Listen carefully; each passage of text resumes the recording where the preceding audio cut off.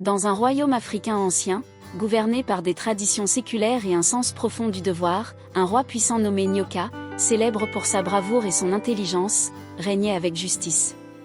Mais derrière cette façade de force et de contrôle, le cœur du roi était vide et marqué par la solitude.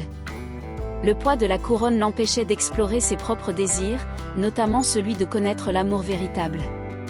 Nyoka était respecté, mais aussi craint, car il gardait une distance émotionnelle avec son entourage.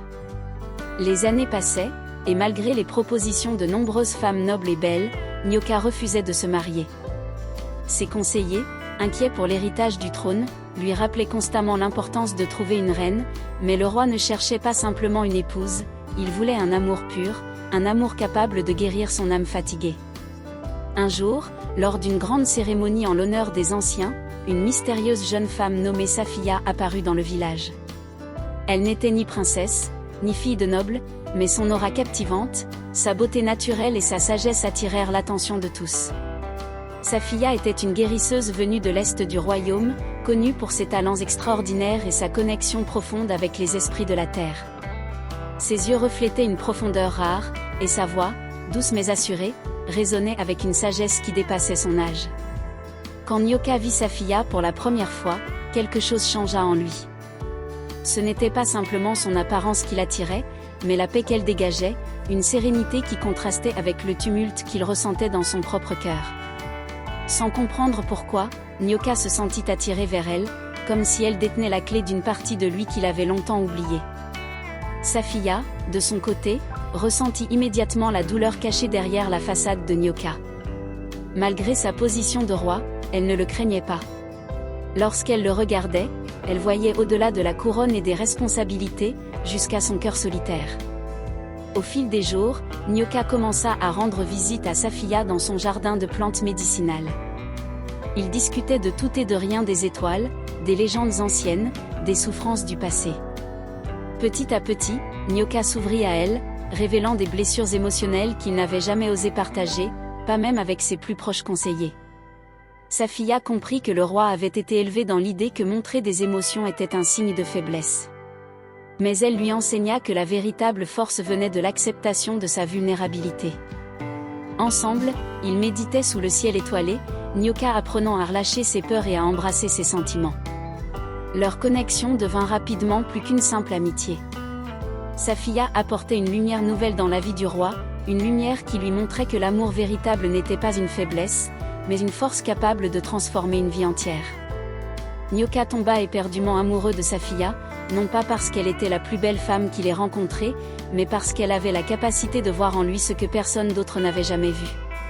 Cependant, leur amour ne fut pas sans obstacle. Les conseillers du roi s'opposèrent à cette relation, jugeant Safiya comme étant inapte à devenir reine car elle n'était pas issue d'une lignée royale. Le conseil pressa Nyoka de choisir une épouse parmi les nobles pour assurer la stabilité du royaume. Face à cette pression, Nyoka se retrouva déchiré entre son devoir envers le royaume et son amour sincère pour Safiya. Le dilemme du roi atteignit son paroxysme lors d'une grande réunion du conseil royal, où il fut demandé publiquement à Nyoka de choisir sa future reine. Tous les regards étaient braqués sur lui. Et Safiya observait de loin, prête à accepter qu'elle ne serait jamais celle qui partagerait officiellement la vie du roi. Mais Nyoka, dans un acte de bravoure, se leva et déclara devant toute la cour que l'amour ne connaissait ni rang ni statut. Il annonça que Safiya serait sa reine, et qu'il préférait régner avec une femme capable de guérir son âme plutôt que de se conformer aux attentes superficielles de la noblesse. Ce fut un choc pour tous, mais Nyoka avait pris sa décision, et personne n'osa contester son choix. Le mariage de Nyoka et Safiya fut célébré sous un grand baobab, symbole de force et de longévité. Leur union ne fut pas simplement une célébration de leur amour personnel, mais aussi une leçon pour tout le royaume. La véritable grandeur d'un leader ne réside pas dans sa capacité à suivre les traditions aveuglement, mais dans son courage à suivre son cœur. Avec Safiya à ses côtés, Nyoka devint un roi plus sage, plus compréhensif et plus aimé de son peuple. Ensemble, ils régnèrent pendant de nombreuses années, transformant le royaume en un lieu de paix et de prospérité. Leur histoire d'amour devint une légende, transmise de génération en génération, comme l'exemple d'un amour qui transcende les obstacles et les différences. Sous l'ombre du baobab, Nyoka et Safiya restèrent unis jusqu'à la fin de leurs jours, leur amour continuant à inspirer ceux qui cherchaient la force dans la vulnérabilité et la beauté dans l'âme de l'autre. L'amour véritable transcende les attentes sociales et les barrières imposées par le statut ou la tradition. Il est une force éternelle, capable de transformer des vies et d'inspirer des générations.